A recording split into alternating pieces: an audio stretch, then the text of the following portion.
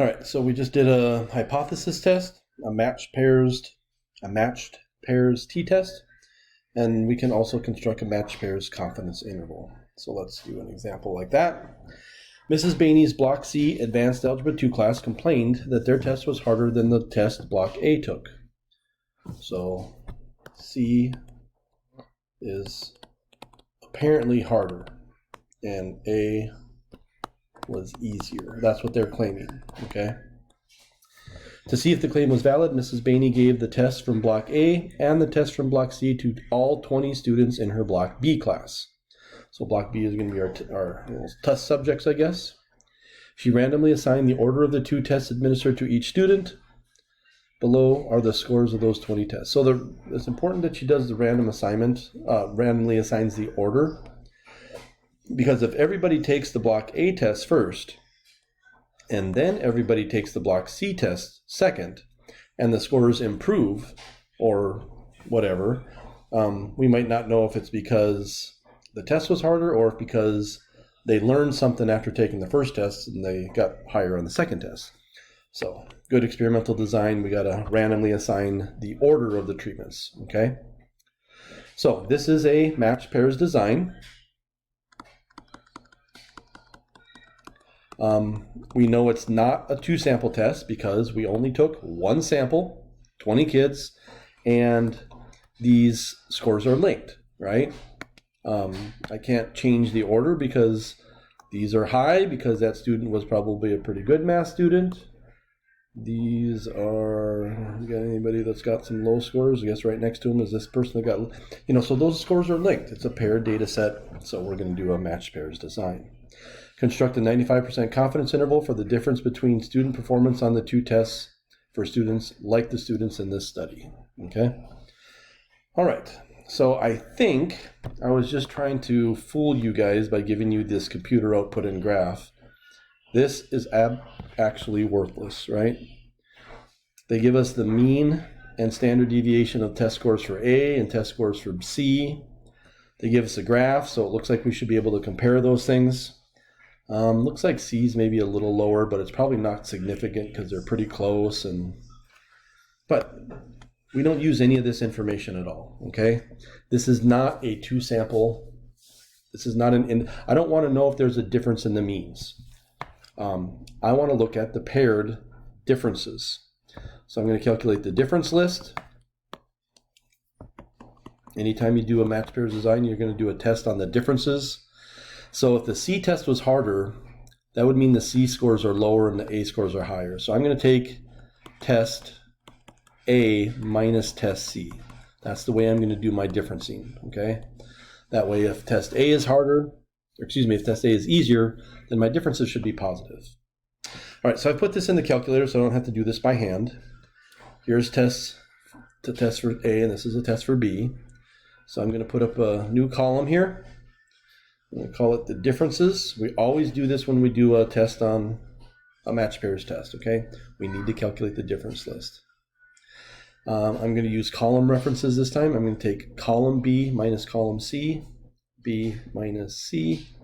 So when you just put in letters, it'll automatically put in these brackets to denote that we're talking about column reference, and it worked. A minus C was 4. So here, test A was 4 points higher. For this person, test A was 1 point higher.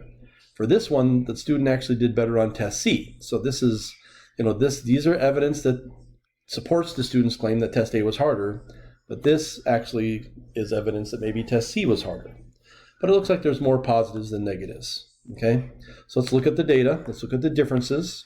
Again, we don't want to look at these graphs. We want to look at the difference list. So here's the differences.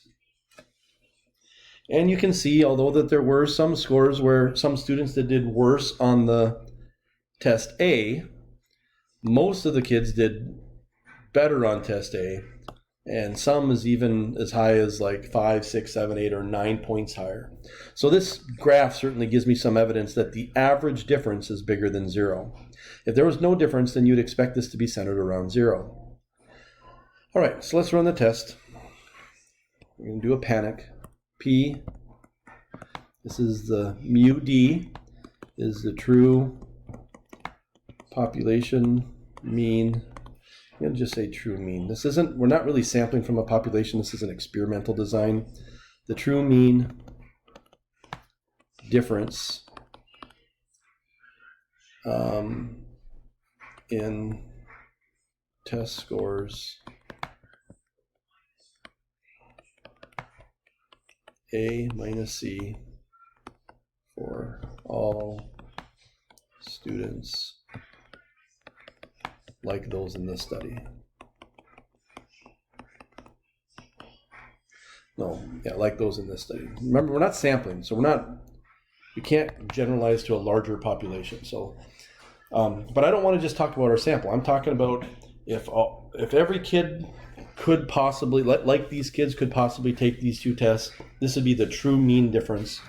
So this is our parameter of interest. A, assumptions and conditions. Number 1, random. Check it off, but this is where you guys got to be careful on the test or on, don't just say it was randomly sampled. The students in block B were not randomly sampled. We just took the kids from block B. What was randomly done though was we randomly assigned the treatments, and that's what you need in an experiment. The order, so the treatments were randomly assigned, the order of the treatments was randomly assigned. So order of tests was randomly determined.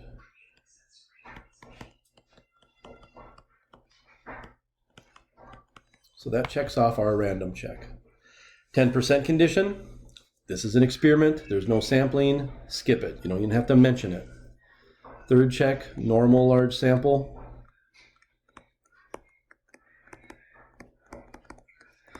We don't have a large sample.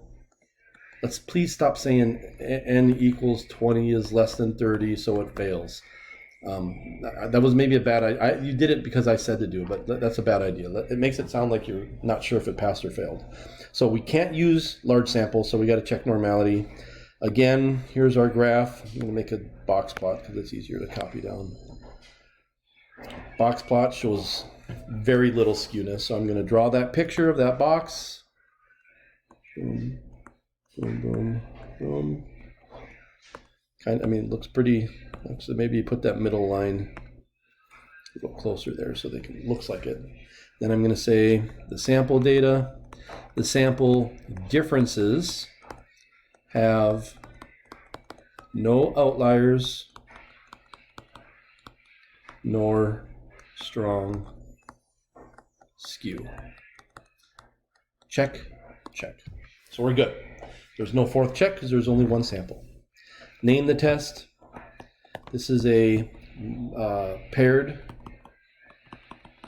T interval for mu D with degrees of freedom equal to 19, 20 kids minus 1, 19 degrees of freedom.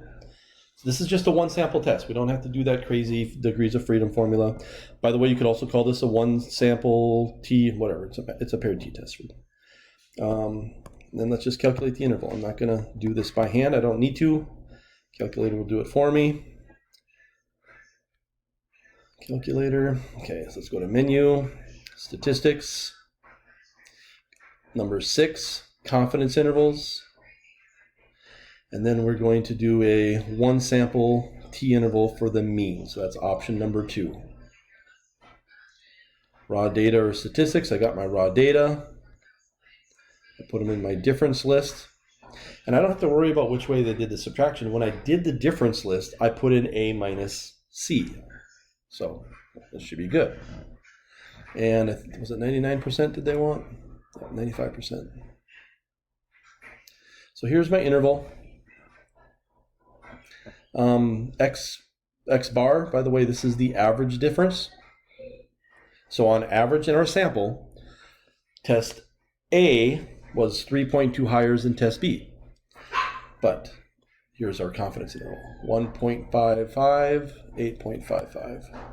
1.55, 4.85.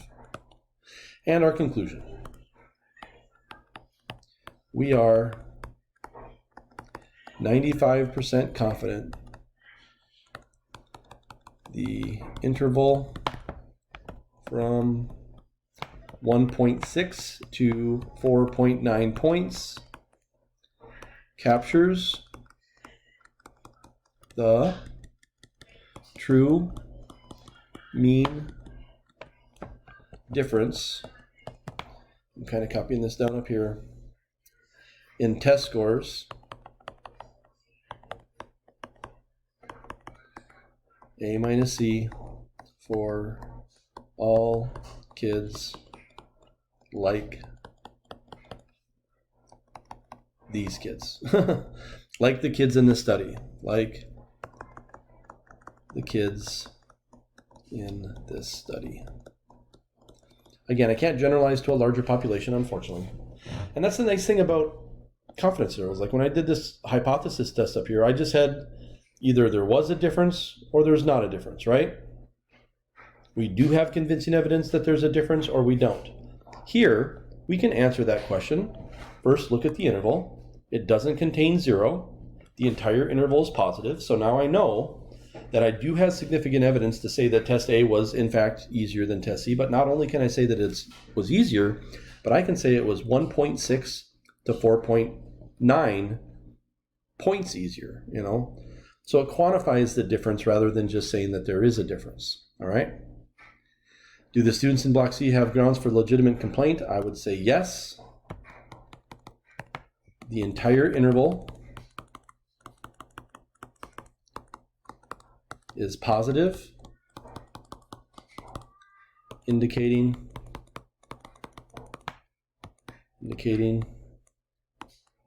test C was harder. So we got to go talk to Miss Bainey, get our parents to email her, talk about how it's not fair, life isn't fair, yada, yada, yada. No, I'm kidding. All right. This is a good time to finish. I think we just got one more video to finish this section.